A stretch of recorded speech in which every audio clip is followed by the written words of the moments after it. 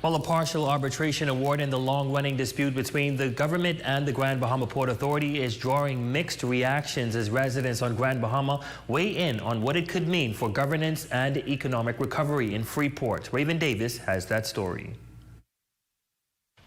Public reaction is coming in after the partial award in the dispute between the government and the Grand Bahama Port Authority. Some residents say they're glad to see the Prime Minister stand up to the Port Authority, saying the government is finally showing it has real authority in the port area, while others are watching closely to see what the ruling might mean for Freeport's future.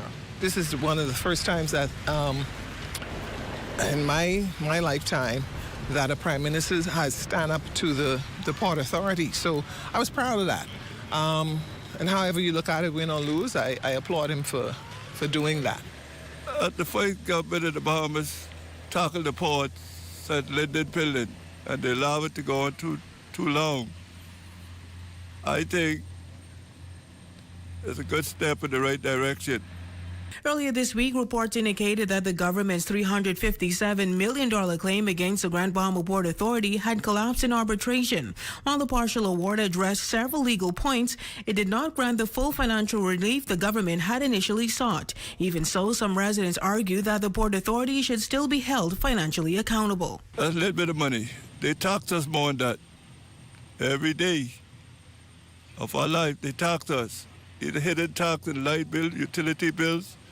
I ain't talking about buying land as waste. For me, I was very disappointed at the amount of people who were so excited that the government lost because, if they had won, in the sense with the outright $357 million, it benefits us rather than a private institution. And as for what the ruling means for the future of Freeport, opinions remain mixed.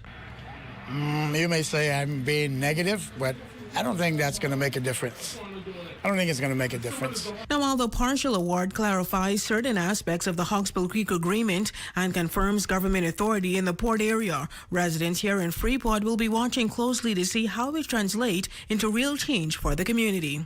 For the Bahamas Tonight, the Northern Edition, I'm Raven Davis.